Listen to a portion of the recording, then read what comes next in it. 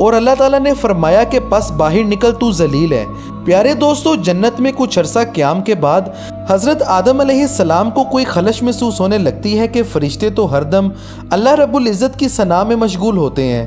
ایک علم الاسماء آپ کو عطا ہو چکا، مگر اس علم کی بابت تو فرشتے کچھ نہیں جانتے۔ آخر کس سے گفتگو کریں اور کہاں قرار پائیں؟ ایک دن آپ سو کر اٹھتے ہیں تو اپنے سامنے ایک اپنی ہم نوع عورت کو پاتے ہیں جو ان کی پسلی سے پیدا شدہ تھی، اور پوچھتے ہیں کہ تم کون ہو؟ اور آگے سے اس نے جواب دیا کہ میں عورت ہوں۔ اور پھر حضرت آدم علیہ السلام نے پوچھا کہ تمہاری تخلیق کا مقصد کیا ہے؟ اور وہ کہنے لگی تاکہ تم میرے اندر قرار پاؤ۔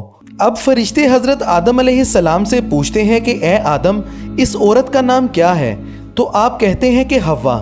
حضرت آدم علیہ السلام نے جواب دیا کہ یہ ایک جاندار شے سے تخلیق ہوئی ہے۔ اس سے ہمیں اندازہ ہوتا ہے کہ مرد اور عورت کے جوڑے کی تخلیق کا مقصد آپس میں امن و آتشی کے ساتھ ایک دوسرے کے اندر سکون اور قرار پانا ہے، یہ نہیں کہ ہر دم طاقت کے حصول کی کشم و کش میں آپس میں لڑتے رہیں۔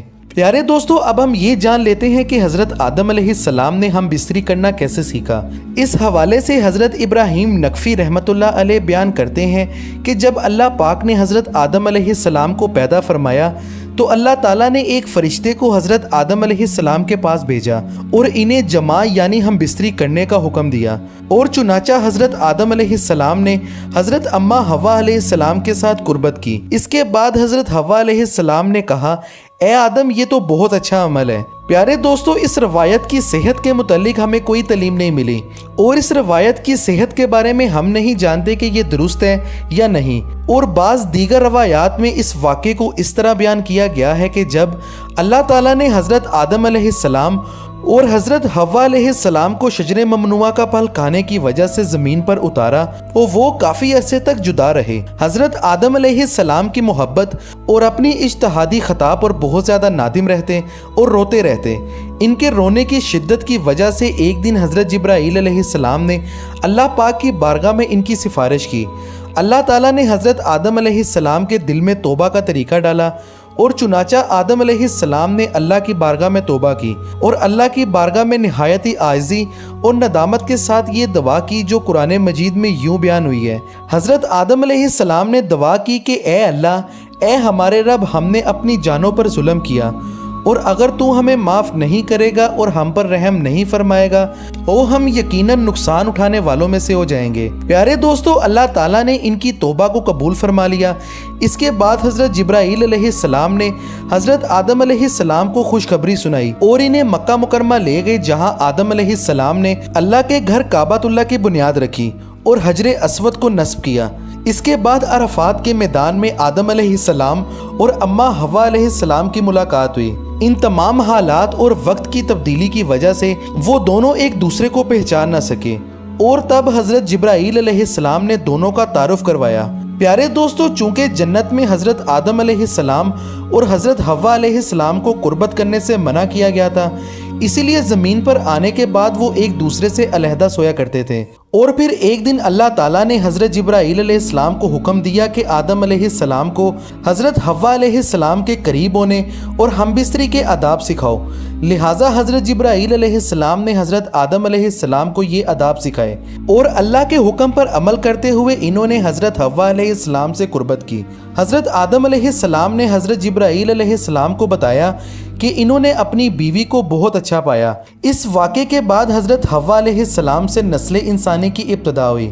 پیارے دوستو، ایک روایات میں یہ بھی آتا ہے کہ جب حضرت حوا کو پیدا کیا گیا تو حضرت آدم علیہ السلام نے ان کی طرف میلان کرنا چاہا اور ارادہ فرمایا کہ دست محبت بڑھائیں۔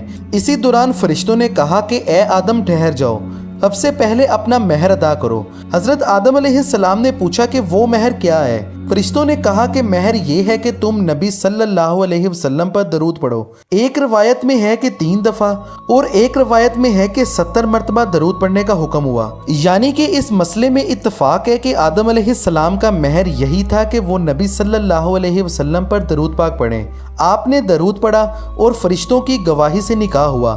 اس سے یہ بھی پتہ چلتا ہے کہ بے شک نبی صلی اللہ علیہ وسلم پر ہر موجود چیز کے لیے وسیلہ ہے۔ پیارے دوستو، یہاں مزید یہ روایات بھی جان لیتے ہیں کہ حضرت آدم علیہ السلام 100 یا 60 سال تک جنت میں رہے۔ اس تمام عرصے میں دونوں پر جنت کے کسی بھی حصے میں جانے پر کوئی پابندی نہ تھی سوائے شجر ممنوعہ کے۔ شیطان اب ان دونوں کا کھلا دشمن تھا اور وہ اپنی سزا کا بدلہ لینے کے لیے بے قرار تھا، اور ابلیس کی شدید خواہش تھی کہ حضرت آدم علیہ السلام اللہ کے حکم کی خلاف ورزی کریں، اور پھر شیطان نے ان دونوں کے دلوں میں وسوسے ڈالے تاکہ ان کی شرم گاہیں جو ایک دوسرے سے پوشیدہ تھی بے پردہ ہو جائیں۔ اس نے ان سے کہا کہ تمہارے رب نے تم دونوں کو اس درخت سے اس لیے منع فرمایا ہے کہ کہیں یہ پھل کھا کر تم دونوں فرشتے نہ بن جاؤ اور کہیں ہمیشہ زندہ رہنے والوں میں نہ ہو جاؤ۔ اور شیطان نے حضرت حوا علیہ السلام کو یہ پھل کھانے کے لیے راضی کر لیا۔ ایک دن حضرت اماں حوا علیہ السلام نے حضرت آدم علیہ السلام سے کہا کہ ہم اس شجر ممنوعہ کا ذرا سا حصہ کھا لیتے ہیں،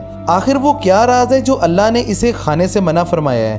پیارے دوستو، شروع میں تو حضرت آدم علیہ السلام اس پر قطعی تیار نہ تھے، اور پھر حضرت حوا علیہ السلام کے مسلسل اصرار پر وہ بھی راضی ہو گئے، اور انہوں نے پھل کو پوری طرح چکھا بھی نہ تھا کہ ان کی سترگاہیں ایک دوسرے پر عیاں ہو گئیں، اور اسی دوران دونوں نے بدحواسی اور انتہائی پریشانی میں جنت کے درختوں کے پتوں کو توڑ توڑ کر اپنے بدن پر چپکانے لگے۔ اللہ نے دونوں کو پکار کر فرمایا، کیا میں نے تمہیں منع نہیں کیا تھا کہ اس درخت کا پھل نہیں کھانا اور شیطان کے ورگلانے میں نہ آنا؟ یہ تمہارا کھلا دشمن ہے۔ حضرت آدم اور حضرت حوا نے جب اللہ کی پکار سنی تو مارے خوف الہی کے کانپ اٹھے، اور انتہائی عاجزی اور نہایت ہی لاچاری کے عالم میں اپنی خطا پر نادم اور شرمندہ ہوتے ہوئے بارگاہ خداوندی میں عرض کیا، اے ہمارے رب، ہم دونوں سے بہت بڑی خطا ہوئی ہے۔ اب اگر آپ نے ہم پر رحم نہ کیا اور معاف نہ فرمایا تو ہم برباد ہو جائیں گے۔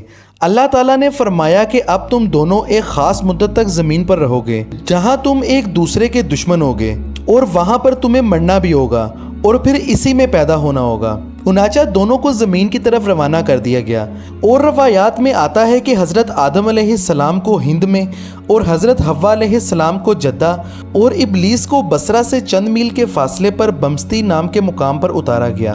حضرت سدیر رحمۃ اللہ علیہ فرماتے ہیں کہ جب حضرت آدم علیہ السلام کو ہند کے مقام پر اتارا گیا تو ان کے پاس حجر اسود تھا اور جنت کے درختوں کے پتوں کی ایک مٹھی بھر تھی، اور پھر حضرت آدم علیہ السلام نے ان پتوں کو زمین پر پھیلا دیا، اور یہ خوشبودار درخت ان پتوں ہی کی پیداوار ہیں۔